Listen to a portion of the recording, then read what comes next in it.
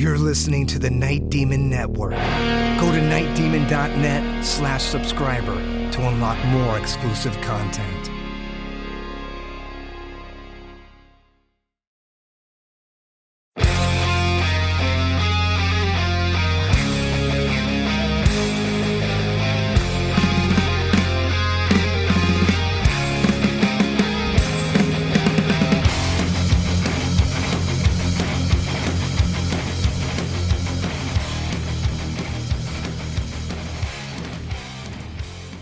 Hello, and welcome to the Night Demon Heavy Metal Podcast.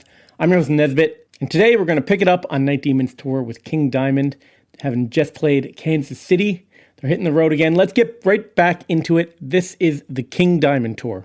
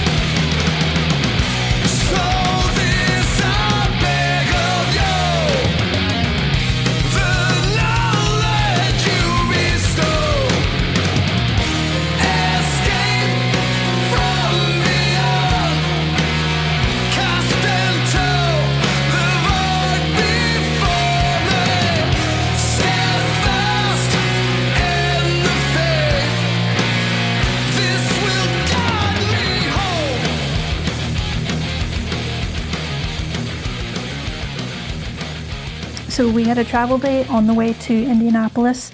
So I think it was quite late when we got there because there were like no takeaway food places open. Most of the guys stayed at the hotel. Jarvis and I hopped in the van and we did a supermarket run. But we're miles up the road and we realize, oh shit, J1 still got the van keys. You know, it's like keyless ignition. So we're just like praying that, you know, the van isn't going to cut out, and Jarvis just like keeps it spinning in the parking lot, and I run in and grab like microwave burritos. So I had to like sort of launch myself back into the van. But anyway, food is food, right? So next day off, and another long-ish drive to Indianapolis, Indiana. It's about 8 hours. And we had a day off the next day on the 21st, so we took advantage of that and probably drove all the way into Indianapolis and got a hotel there, which is nice. You just, again, get to sleep in, have some breakfast at the hotel, and just go right over to the venue. Okay, so the next show up we have here is the Old National Center in Indianapolis, Indiana. This is not a city that we've played often. We played there once with Raven at a place called the Brass Rail. Very small club in the dead of winter. It was snowing outside. I think I still have a picture somewhere of us unloading the gear out there. You know, it's funny because like growing up a basketball fan, I was always a fan of Indiana Pacers and also the Indianapolis Colts and Indiana basketball, and you kind of think like it's like a big town, but it's not. It's a major city with like one major road. It's kind of in the middle of this big state that's somewhere out there in the Midwest. But it was nice coming here and being able to play a big venue. Another nice, really old theater loaded in the parking lot. I remember sorting through all the merch because it was a venue sell, which means that the venue sells the merch for you. They take a huge cut, and you know, it is what it is. You're not allowed to sell directly to your fans, which kind of sucks, but that's what happens on some of these big tours. But it was a nice, big, beautiful theater, huge balcony. I would say it was probably half full, but that's still thousands of people in a place like this. This venue in Indianapolis was the Old National Center. Cool, yeah, another kind of old school venue, another old theater. A lot of Egyptian vibes in this place. Yeah. Some like hieroglyph kind of stuff on the outside of this building, which is interesting. Again, really ornate ceiling work, chandeliers, all that kind of stuff. Stage looks a little bit smaller than what we've been used to or what we would probably have on this tour with King Diamond. You know, his set was pretty massive, so by the time he was all set up and Overkill was set up, you know, in some of these places, I mean, we really were like just barely, you know, had like maybe 2 or 3 feet, you know, in front of us to kind of run around and do our things. You know, a lot of these shows, it was like, I always felt, you know, like imagine myself like an obstacle course or like, you know, American Gladiator, you know, running around the stage, but like having to jump over these fucking monitors and whatever the fuck was in the way, cables and drums, and just finding a way to get around things without falling or knocking things over. But so that was a fun challenge every night, you know, because, you know, we never know what kind of layout we're going to have. So it can be a little stressful, but again, just another one of those things that we got to overcome. And that's why we're professionals. We do what we got to do. So the Murat Shrine is the venue for Indianapolis, and it's pretty cool. It's some sort of like fraternal brotherhood sort of center thing. It's like a big conference place, but like there's loads of, you know, pictures of guys wearing fezzes and stuff. So yeah, it was pretty, you know, pretty cool. It was fairly basic. Like I think there was only sort of 8 lights and some blinders, so there wasn't much to work with, but also there wasn't much that could go wrong. The one big challenge though was the lighting board was right at the back on the ground floor, and there was like a 50-foot overhanging balcony over my head, which means that from my vantage point I couldn't actually see the lights themselves. So that's really challenging when you're trying to set it up and make sure that things are online, they're working. This place sounded really good. Yeah, you know, the cool thing about this tour is that, you know, we're getting to play these huge venues every night, which are like, you know, places that we usually play on like festivals or stuff like that. And, you know, we've got our fucking crew with us, J1, J2 on the sound, Laura on the lights. I mean, we're getting to, you know, we're getting through, playing through some giant fucking badass systems, you know. So it's cool listening back to some of these live videos and stuff that we took of the shows. You know, you can really hear the power coming through the venues, you know, these big ass sound systems. So really cool for our guys, our sound crew, to be able to, you know, push us every night through these systems. And, you know, I know we were getting compliments also every night about how good we sounded and all that. So, and it's when we heard about Paul Di'Anno's death. So there was lots of chat in the van. You know, the boys wanted to pay tribute, of course. So they were deciding sort of how they would do that and what song to play and stuff. This was a very interesting show that I remember very fondly from this tour. So we had found out the night before that Paul Di'Anno, the original singer of Iron Maiden, had passed away. And that hit us pretty hard. I'll give an exclusive here on the podcast, but earlier in this year, in 2024, we had went in the studio to record a few songs. We went to the studio in Oakland with Kurt Ballou from Converge at the helm, and decided we wanted to record a few songs of what would be the start of the follow-up album to Outsider. Looking back on it now, I think there's some good stuff there, but ultimately the songs are not there. So we're in the process of reworking some of those, along with some newer cuts. But what we did was we recorded a couple cover songs, one that will remain unnamed because that will come out this year in 2026. But we were commissioned by a label called Magnetic Eye They're kind of more of like a stoner rock label. They had put out a lot of compilations before of bands covering Black Sabbath and stuff like this. Anyway, they have a plan to release an album of bands covering all of the songs off of Iron Maiden's Killers album. So we were asked to do it. We decided we wanted to do the title track, Killers. We did record this. We handed it into the label, and they told us that they didn't like it. I tried not to take it personally. They kind of said, we were kind of hoping for a more original take on the song. And my point of view on this is like, look, you wanted Night Demon. Maiden is one of our biggest influences, especially early Maiden, so we're gonna kind of sound like that. We did add some extra harmony vocals. We half-timed the mid-section to the song. I thought we really made it our own. We didn't use two guitars either. We did the harmonies with guitar and bass, the Night Demon signature, but they weren't hearing it. It doesn't matter. So we gave the money back, and we now own the master rights to the song.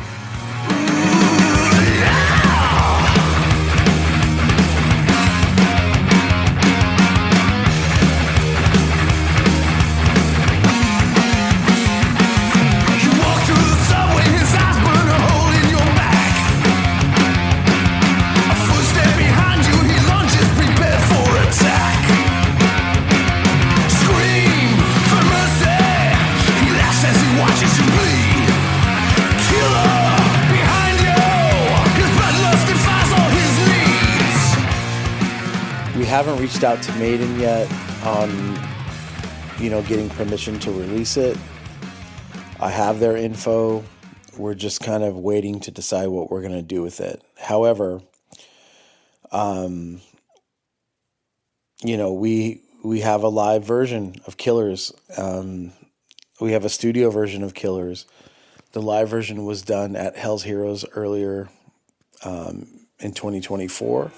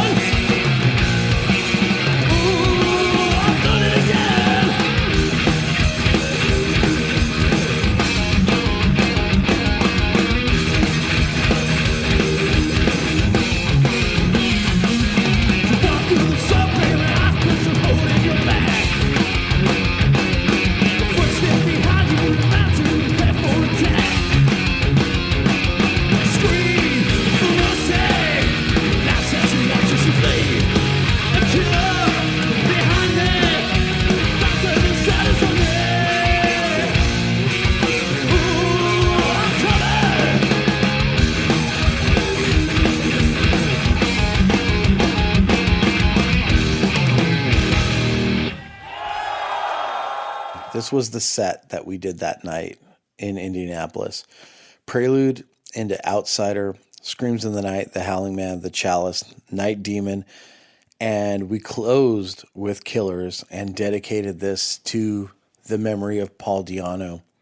The guys had decided they were going to play Killers in tribute to Paul. And everyone, like the whole crowd, you know, if they weren't on their feet before, they stood up for that.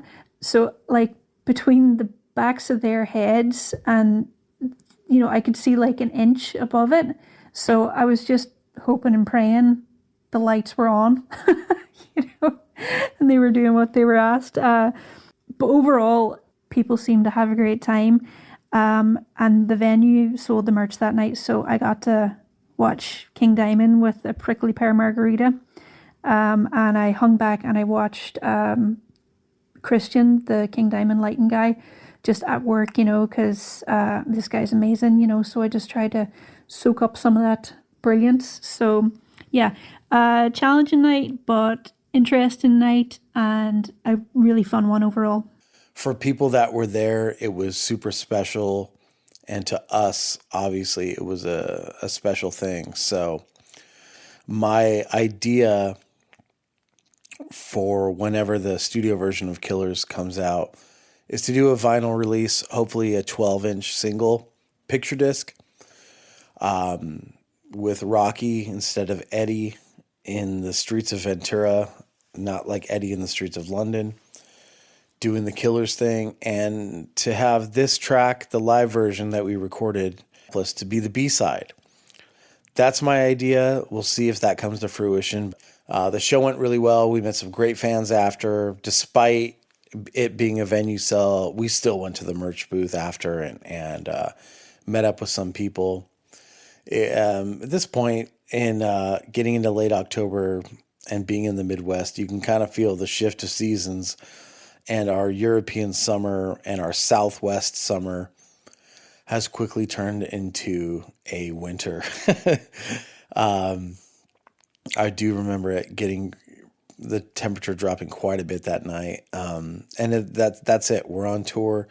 This is real life, and we're ready for the winter season on this King Diamond tour. From Indianapolis, we went on to Louisville, Kentucky. No day off here.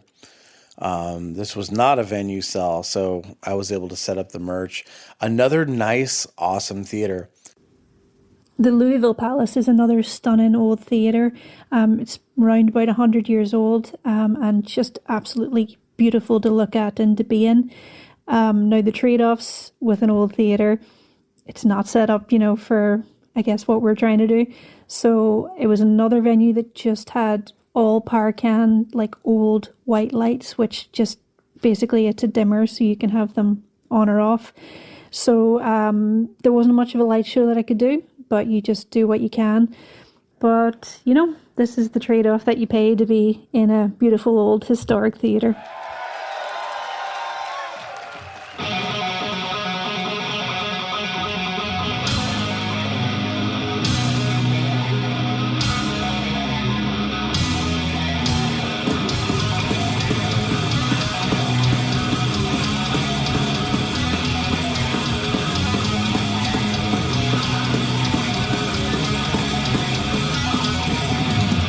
Alright, sisters, let's fucking go!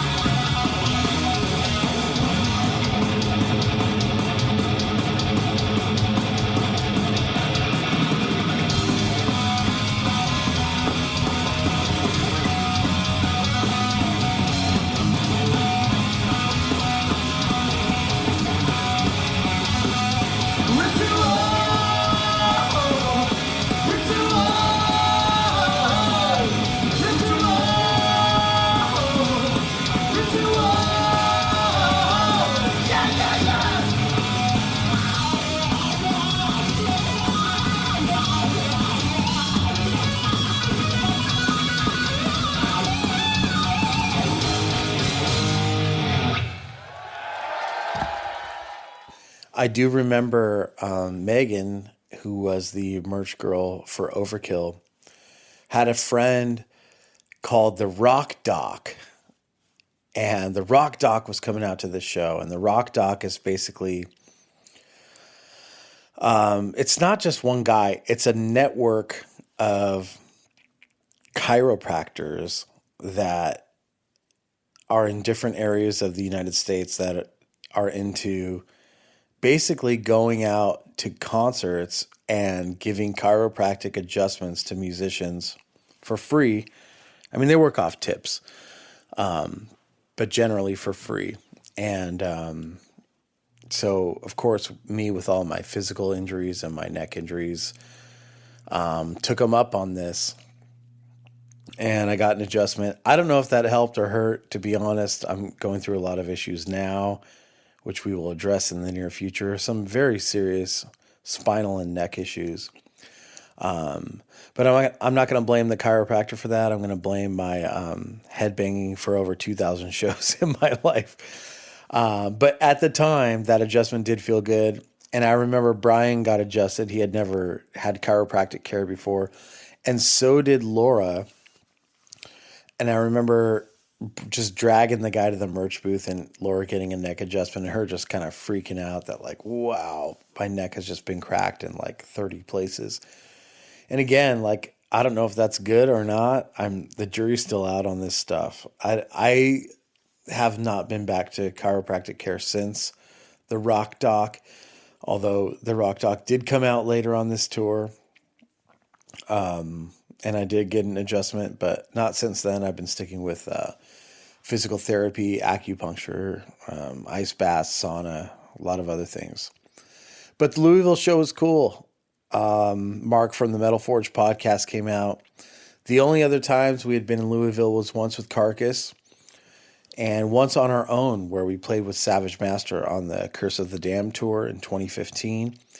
The guys from Savage Master are good friends of ours. They came out to the show as well. They had just gotten off a European tour. I think they had actually gotten home that day. But I texted Adam and Stacy and said, hey, we're playing in Louisville at the Palace. Come out. And they did, and they had a good time. It was a good show. It was really cool. This was a night that I actually watched most of the King Diamond set. The balcony had a lot of room in it, so I was able to just go up there and kind of blend into the crowd, blend into the darkness, and just watch the show. But all in all, it was a really good show. Nothing super interesting beyond that happened. I do remember there was a rally next door was it, I can't remember, Tim Walz, whoever the running mate was for Kamala Harris in the 2024 presidential election. It's kind of funny how you forget these people. You forget the, years from now, I'm sure even Kamala Harris will be forgotten, but you forget the people who lost the race the closest, and you especially forget their running mates. But I do remember there was a shit ton of security and like Secret Service type around the venue, and it was kind of like a tense environment because of the high political climate in the United States around that time, especially in a place like Kentucky. So that was interesting, and it just kind of created a little bit of stress around our tour, when I'm kind of walking outside. But it still kind of made you feel alive that something like that was happening. Well, that's it for this week and the King Diamond tour. Next week, we're going to pick it up again with more clips, more behind-the-scenes stories, and more tales from the road. As always, I'll mention the subscribers section on nightgaming.net, a giant, huge archive of live shows, audio, video, demos, unreleased tracks, galleries, subscribers-only store with exclusive items. Everything you need to know is on nightgaming.net. Until next week, this is Nesbitt signing off.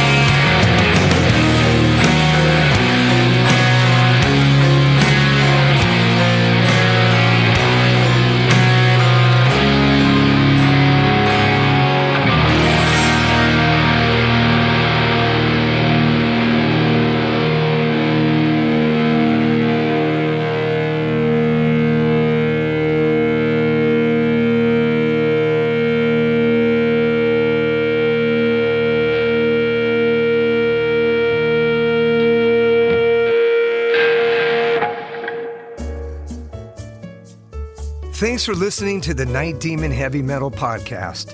Head over to nightdemon.net, click on the subscriber tab, and sign up to access exclusive weekly bonus content. If you would like to donate to support the Night Demon Heavy Metal Podcast, you can do so through PayPal at paypal.me/nightdemonmetal. Additionally, if you have not already done so, please subscribe, like, rate, and review the show on iTunes or wherever you listen to podcasts.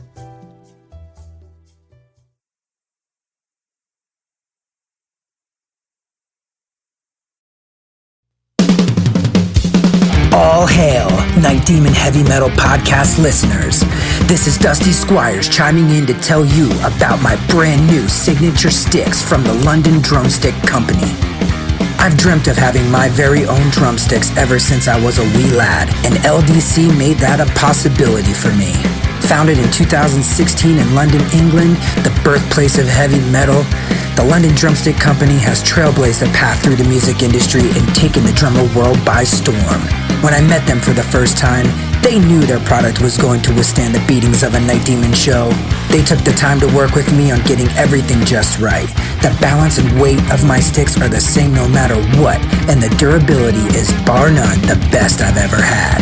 I know my sticks will last through the set night after night.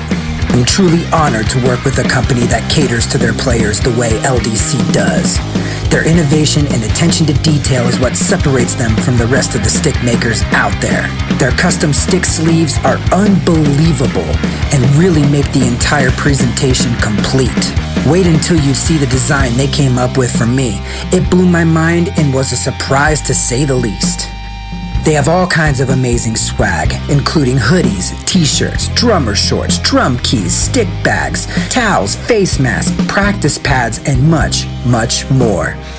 Even if you're not a drummer, you can be a part of Demon history and order my brand new signature sticks direct from their website. How cool is that? And to top it off, the London Drumstick Company are giving an exclusive offer to the Night Demon Heavy Metal Podcast listeners. Go to londondrumsticks.co.uk and receive a 15% store-wide discount using promo code DEMONSTICKS. All capital letters, no spaces, Demon Sticks.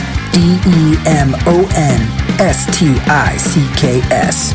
I can't thank everyone there enough for the opportunity to be a part of their family and for them trusting me with their amazing products. See you metal maniacs on the road very soon. And yes, the wood chips will be flying.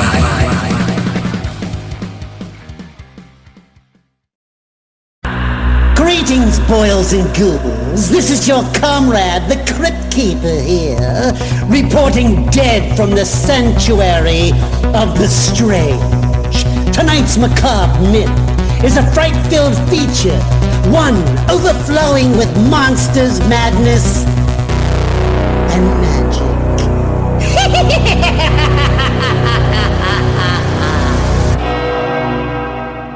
Visit our website at monstersmadnessandmagic.com to stay up to date on all the dark dealings within the sanctuary of the strange. Enjoy the show. Hey Metalheads, I'm Mark and I host the Metal Forge. Let me tell you about the show. The Metal Forge features the best underground metal from all over the world. We spend every week with a different artist with interviews, in-depth conversations, and most of all, the music. We also feature audience interactivity where you can submit your questions to the upcoming guests. New episodes are out every Friday at noon Eastern Time at metalforgeradio.com or wherever you listen to your podcasts.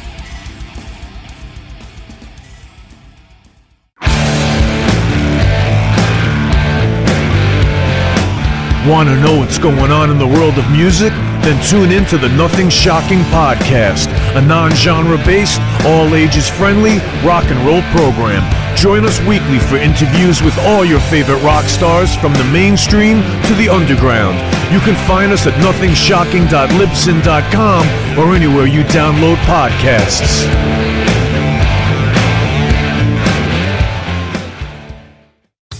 Okay, metalheads, you've been complaining that there has not been a channel that plays all of the heavy metal videos from past, present, and future for years and years at this point. Well, that time is over. Heavy Metal Television is back. HeavyMetalTelevision.net is the website. Go there. You can see videos playing 24/7, 365, all the time, all the best from the old school, the new school, and everything in between. Check it out, HeavyMetalTelevision.net. It is where the metal is.